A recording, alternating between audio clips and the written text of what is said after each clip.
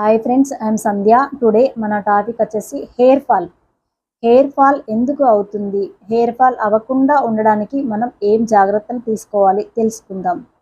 శరీరానికి తగినంత vitamins, minerals, proteins లభించినప్పుడు మనకి ఈ సమస్య అధికమయ్యే అవకాశం ఉంది.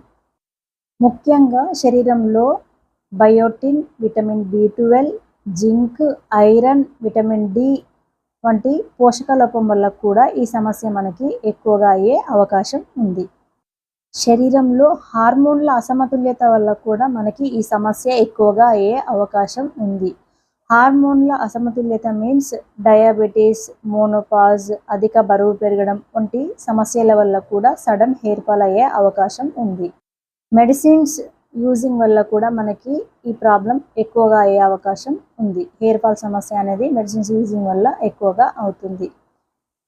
కొలెస్ట్రాల్ని తగ్గించే మెడిసిన్స్, యాంటీ డిప్రెసెంట్స్ వాడే వాళ్ళు కూడా ఈ సమస్య ఎక్కువగా ఉంటుంది. కొన్ని ఆటో ఇమ్యూన్ వ్యాధులు ఉన్న వారిలో కూడా జుట్టు ఎక్కువగా రాలుతుంది.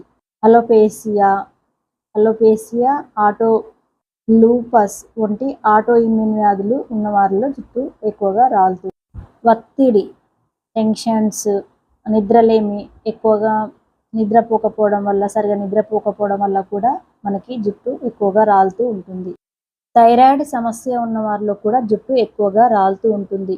హెడ్ బాత్కి చాలా వేడి వాటర్ని యూజ్ చేయడం వల్ల కూడా జుట్టు ఎక్కువగా రాలుతూ ఉంటుంది.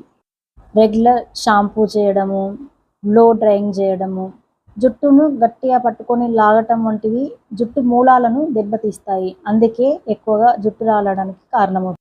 పొల్యూషన్ వల్ల కూడా జుట్టు ఎక్కువగా రాలుతుంది. Please like and share, subscribe the video.